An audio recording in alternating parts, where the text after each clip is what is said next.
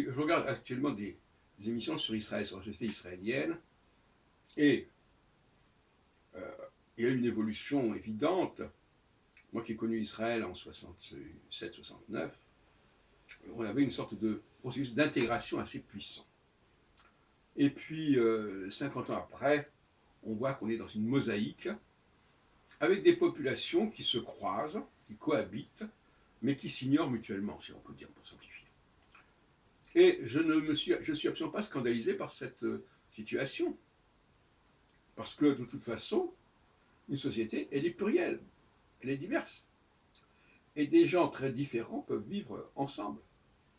Chacun dans son quartier. D'ailleurs, on nous dit, dans tel quartier, ceci, ça. Or, quand Zemmour dit, il est scandaleux qu'il y ait des quartiers où la domination de l'islam est flagrante, je ne vois pas pourquoi ce serait scandaleux.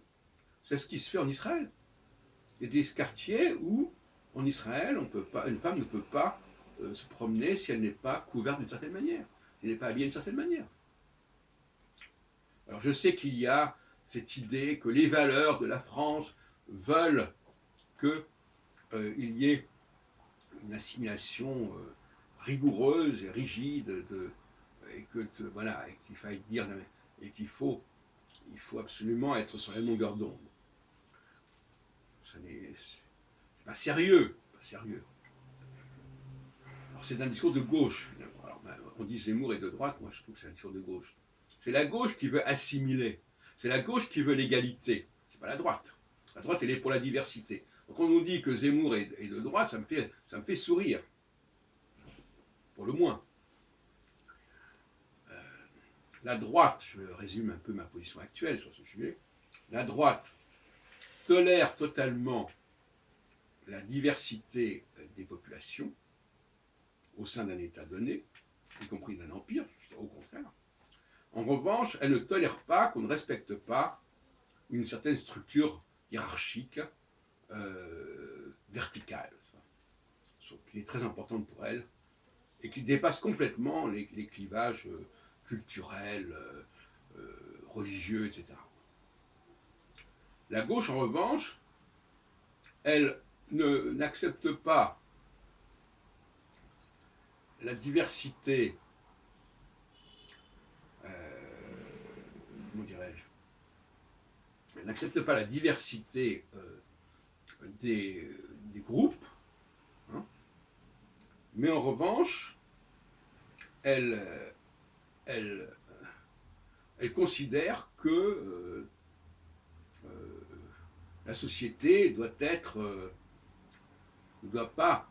Alors, elle est très, si vous voulez, la gauche est très intolérante sur la diversité, mais en revanche, elle considère que les strates sociales, c'est pas un problème. Voilà. Qu'il faut les balayer, il faut les oublier, il faut les nier, et que tout le monde est sur le même pied.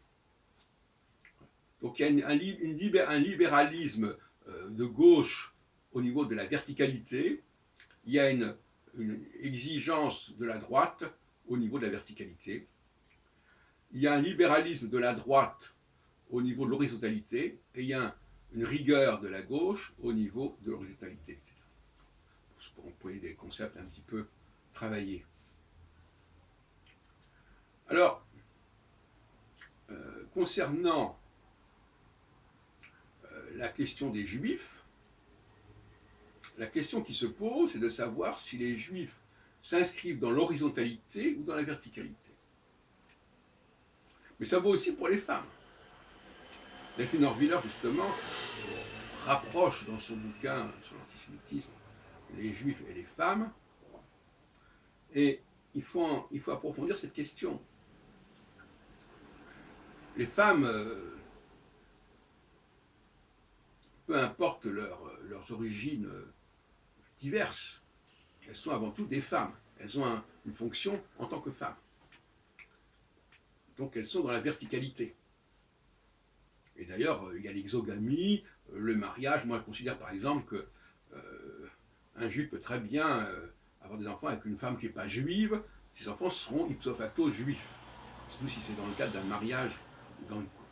Parce que la femme qui fait des enfants avec un juif, elle se convertit ipso facto au judaïsme. Mais en revanche, un homme ne peut pas, s'il n'est pas juif, il ne pourra jamais avoir d'enfants juifs, même s'il les fait avec une femme juive. Terminons là-dessus. Alors, donc, il y a la verticalité. Les juifs sont-ils français ou pas? Les femmes sont-elles françaises ou pas? Moi, je dirais que les femmes sont femmes avant d'être françaises. Et que les juifs sont juifs avant d'être français. Voilà, je développerai ça par la suite.